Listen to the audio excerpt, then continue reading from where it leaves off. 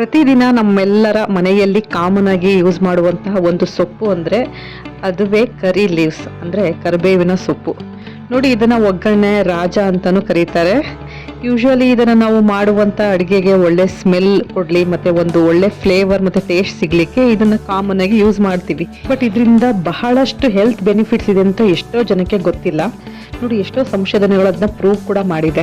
ನೋಡಿ, ಊಟ ಮಾಡಬೇಕಾದ್ರೆ ನಮ್ಗೆ ಏನಾದರೂ ತಟ್ಟೆಯಲ್ಲಿ ಕರಿಬೇವಿದ್ರೆ ಅದನ್ನು ನಾವು ಸೈಡ್ಗೆ ಎತ್ತಿಟ್ಟು ತಿಂತೀವಿ.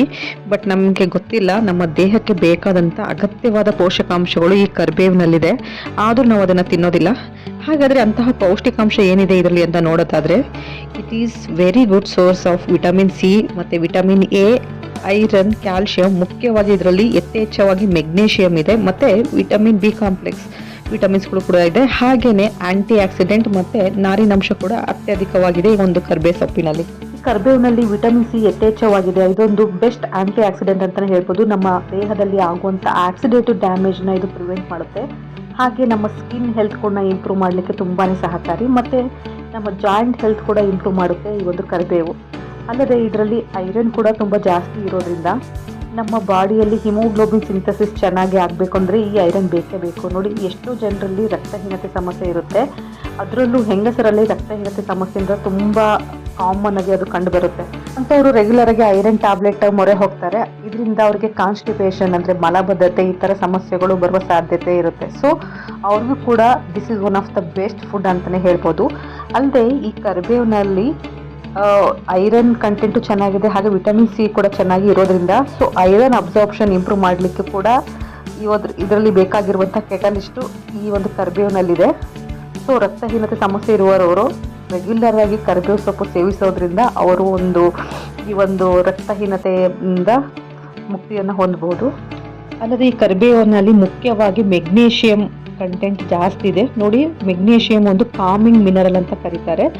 ನಮ್ಮ ನರಗಳಿಗೆ ಆಗುವಂಥ ಇರಿಟೇಷನ್ ಪ್ರಿವೆಂಟ್ ಮಾಡಲಿಕ್ಕೆ, ಹಾಗೆ ನಮಗೆ ಒಳ್ಳೆ ನಿದ್ರೆ ಬರಲಿಕ್ಕೆ ಮತ್ತು ನಮ್ಮ ಬೌವಲ್ ಮೂವ್ಮೆಂಟ್ ಚೆನ್ನಾಗಿ ಆಗಲಿಕ್ಕೆ, ಹಾಗೆ BP ಕಂಟ್ರೋಲ್ ಮಾಡಲಿಕ್ಕೂ ಕೂಡ magnesium is a best element ಅಂತಲೇ ಹೇಳ್ಬೋದು. ನೋಡಿ, ಎಲ್ಲ ಮಿನರಲ್ಗಳಲ್ಲೂ the most superior and maximum ನಮ್ಮ ಬಾಡಿ ಫಂಕ್ಷನ್ ಕ್ಯಾರಿ ಔಟ್ ಮಾಡಲಿಕ್ಕೆ ಈ ಮೆಗ್ನೀಷಿಯಂ ಈಸ್ ವೆರಿ ಇಂಪಾರ್ಟೆಂಟ್. ಅಲ್ಲದೆ ಕರಿಬೇವಿನಲ್ಲಿ ಕ್ಯಾಲ್ಶಿಯಂ ಕೂಡ ಚೆನ್ನಾಗಿದೆ. ಸೊ ಹಾಗಾಗಿ ಈ ಕರಿಬೇವು ರೆಗ್ಯುಲರ್ ಸೇವನೆಯಿಂದ ನಮ್ಮ ಮೂಳೆಗಳು ಗಟ್ಟಿಯಾಗಲಿಕ್ಕೆ ಸಹಕಾರಿಯಾಗುತ್ತೆ. ಹಾಗೆ ನಮ್ಮ ಹಲ್ಲಿನ ಆರೋಗ್ಯ, ಹಾಗೆ ನಮ್ಮ ಕೂದಲು ಉದುರುವಿಕೆಯನ್ನು ಕೂಡ ಇದು ಪ್ರಿವೆಂಟ್ ಮಾಡಲಿಕ್ಕೆ ತುಂಬಾ ಸಹಕಾರಿಯಾಗುತ್ತೆ.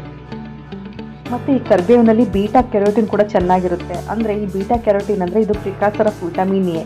ನೋಡಿ, ನಮ್ಮ ಕಣ್ಣಿನ ಹೆಲ್ತ್ ಇಂಪ್ರೂವ್ ಮಾಡಲಿಕ್ಕೆ, ನಮ್ಮ ಸ್ಕಿನ್ ಹೆಲ್ತ್ ಇಂಪ್ರೂವ್ ಮಾಡಲಿಕ್ಕೆ, ಹಾಗೆ ಈಗ ಮಕ್ಕಳಿಗೆಲ್ಲ ಈ ಒಂದು ವಿಟಮಿನ್ ಎ ರಿಚ್ ಇರುವಂಥ ಫುಡ್ ಕೊಟ್ಟರೆ ಏನಾಗುತ್ತೆ ಅಂದರೆ ಅವಳ ಕಣ್ಣಿನ ಆರೋಗ್ಯ ಮತ್ತು ಚರ್ಮದ ಆರೋಗ್ಯ ಕೂಡ ಇಂಪ್ರೂವ್ ಆಗುತ್ತೆ. ಅಲ್ಲಿ ಕರಿಬೇವಿನಲ್ಲಿ ಆಂಟಿ ಆಕ್ಸಿಡೆಂಟ್ಗಳು, ಆಲ್ಕಲೈಡ್ಸ್ಗಳು, ಹಾಗೆ ಫ್ಲೇವನಾಯ್ಡ್ಸ್ಗಳು ಮತ್ತು ಕೆಲವು ಪಾಲಿಫಿನಾಲ್ಸ್ಗಳು ಇರುತ್ತೆ. ಹಾಗೆ ಇದರಲ್ಲಿ ಕ್ಲೋರೋಫಿಲ್ ಕೂಡ ಇದೆ. ಸೊ ಇದೆಲ್ಲ ಇರೋದ್ರಿಂದ ನಮಗೆ ಇನ್ನೂ ಮ್ಯಾಕ್ಸಿಮಮ್ ಹೆಲ್ತ್ ಬೆನಿಫಿಟ್ ಸಿಗುತ್ತೆ ಈ ಒಂದು ರೆಗ್ಯುಲರ್ ಆಗಿ ಕರಿಬೇವು ಸೇವನೆಯಿಂದ. ಅಲ್ಲದೆ ಇವೆಲ್ಲ ಅಂಶ ಈ ಒಂದು ಕರಿಬೇವಿನಲ್ಲಿ ಇರೋದ್ರಿಂದ ನಮ್ಮ ದೇಹದ ಅಂಗಗಳಲ್ಲಿ ಆಗುವಂಥ ಆಕ್ಸಿಡೇಟಿವ್ ಡ್ಯಾಮೇಜ್ ಕೂಡ ಪ್ರಿವೆಂಟ್ ಮಾಡುತ್ತೆ. ಅಲ್ಲದೆ ಟೈಪ್ 2 ಡಯಾಬಿಟೀಸ್ ಇದ್ದವರು ಕೂಡ ಈ ಕರಿಬೇವು ರೆಗ್ಯುಲರ್ ಸೇವನೆ ಮಾಡಿದರೆ ಬ್ಲಡ್ ಶುಗರ್ ಕಂಟ್ರೋಲ್ ಮಾಡಲಿಕ್ಕೆ ತುಂಬಾ ಇದೊಂದು ಸಹಕಾರಿ ಮಾಡುತ್ತೆ. ಅಲ್ಲದೆ ಇದರಲ್ಲಿ ನಾರಿನಾಂಶ ಜಾಸ್ತಿ ಇರೋದ್ರಿಂದ ಕಾರ್ಬೋಹೈಡ್ರೇಟ್ ಬೇಗ ಬ್ರೇಕ್ ಡೌನ್ ಆಗೋದನ್ನ ಇದು ಪ್ರಿವೆಂಟ್ ಮಾಡುತ್ತೆ. ಹಾಗೆ ರಕ್ತದಲ್ಲಿ ಶುಗರ್ ಕಂಟ್ರೋಲ್ ಮಟ್ಟವನ್ನು ಇದು ಕಡಿಮೆ ಮಾಡುತ್ತೆ. ಅಲ್ಲದೆ ನಮ್ಮ ದೇಹದಲ್ಲಿ ಜೀರ್ಣಕ್ರಿಯೆ ಆರೋಗ್ಯವನ್ನು ಕೂಡ ಇದು ಸುಧಾರಿಸುತ್ತೆ. ಹಾಗೆ ಇದರ ರೆಗ್ಯುಲರ್ ಸೇವನೆಯಿಂದ ಹೃದಯದ ಆರೋಗ್ಯ ಕೂಡ ಇಂಪ್ರೂವ್ ಆಗುತ್ತೆ. ಹೇಗೆ ಅಂದರೆ ಇದು ದೇಹದಲ್ಲಿ ಕೆಟ್ಟ ಕೊಲೆಸ್ಟ್ರಾಲ್ ಮಟ್ಟವನ್ನು ಕಡಿಮೆ ಮಾಡಿ ಹೃದಯದ ಆರೋಗ್ಯ ಅಂದರೆ ಕಾರ್ಡಿಯಕ್ ಹೆಲ್ತ್ನು ಕೂಡ ಇದು ಇಂಪ್ರೂವ್ ಮಾಡುತ್ತೆ. ಇಷ್ಟೊಂದು ಆರೋಗ್ಯ ಪ್ರಯೋಜನಗಳು ಈ ಒಂದು ಕರಿಬೇವು ಎಲೆಯಲ್ಲಿದೆ ಅಂದರೆ ನೀವು ನಂಬೋಕ್ಕಾಗುತ್ತೆ, ನಂಬಲೇಬೇಕು. ಹಾಗಾಗಿ ನಮ್ಮ ಆನ್ಸಿಸ್ಟರ್ಸ್ಗಳು ಕೂಡ ಈ ಒಂದು ಕರಿಬೇವನ್ನ ಆಗಿನ ಟೈಮಲ್ಲೇ ಅದರ ಮಹತ್ವ ತಿಳಿದು ತಿಂತಾಯಿದ್ರು. ನಮಗೆ ಇತ್ತೀಚೆಗೆ ಸಂಶೋಧನೆಗಳ ಮೂಲಕ ಗೊತ್ತಾಗಿರೋದು ಇದರಲ್ಲಿ ಇಷ್ಟೊಂದು ಹೆಲ್ತ್ ಬೆನಿಫಿಟ್ಸ್ ಇದೆ ಅಂತ. ಸೊ ಇನ್ಮೇಲಾದರೂ ಇದನ್ನು ನಿಮ್ಮ ತಟ್ಟೆಯಿಂದ ಸೈಡ್ಗೆ ಇಡೋದನ್ನ ಬಿಟ್ಟು ನಿಮ್ಮ ಡಯೆಟಲ್ಲಿ ಇದನ್ನು ಇನ್ಕ್ಲೂಡ್ ಮಾಡಿಕೊಂಡು ರೆಗ್ಯುಲರಾಗಿ ಸೇವನೆ ಮಾಡಿ ಮತ್ತು ಇದರಿಂದ ಸಿಗುವಂಥ ಮ್ಯಾಕ್ಸಿಮಮ್ ಹೆಲ್ತ್ ಬೆನಿಫಿಟ್ಸ್ನ ನಿಮ್ದು ಹಾಕ್ಕೊಳ್ಳಿ ಅಂತ ಹೇಳ್ತೀನಿ.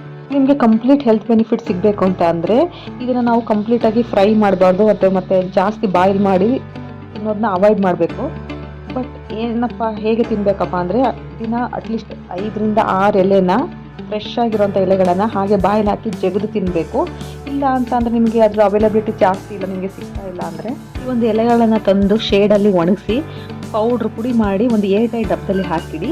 ಹಾಗೆ ಈ ಒಂದು ಪುಡಿನ ಒಂದು 1/4 ಟೀ ಸ್ಪೂನ್ ಪುಡಿಯನ್ನು ಮಜ್ಜಿಗೆ ಜೊತೆಗೆ ಸೇರಿಸಿ ಅಥವಾ ನೀರು ಜೊತೆಗೆ ಹಾಕಿ ಅಥವಾ ಡಿಕಾಕ್ಷನ್ ಹಾಕ್ಕೊಂಡು ಕುಡಿಯೋದ್ರಿಂದನೂ ನಿಮಗೆ ಮ್ಯಾಕ್ಸಿಮಮ್ ಹೆಲ್ತ್ ಬೆನಿಫಿಟ್ನ ಪಡ್ಕೊಳ್ಬೋದು. ಸೊ ಈ ವಿಡಿಯೋ ಏನಾದರೂ ನಿಮಗೆ ಇಷ್ಟ ಆಗಿದ್ದರೆ ನಿಮ್ಮ ಫ್ಯಾಮಿಲಿ ಫ್ರೆಂಡ್ಸ್ ಜೊತೆ ಶೇರ್ ಮಾಡಿ. ಹಾಗೆ ನೀವೇನಾದರೂ ನನ್ನ ವಿಡಿಯೋ ಫಸ್ಟ್ ಟೈಮ್ ನೋಡಿದ್ರೆ ನನ್ನ ಚಾನಲ್ನ ಸಬ್ಸ್ಕ್ರೈಬ್ ಮಾಡಿ. ಈ ಒಂದು ಎಲೆಗಳ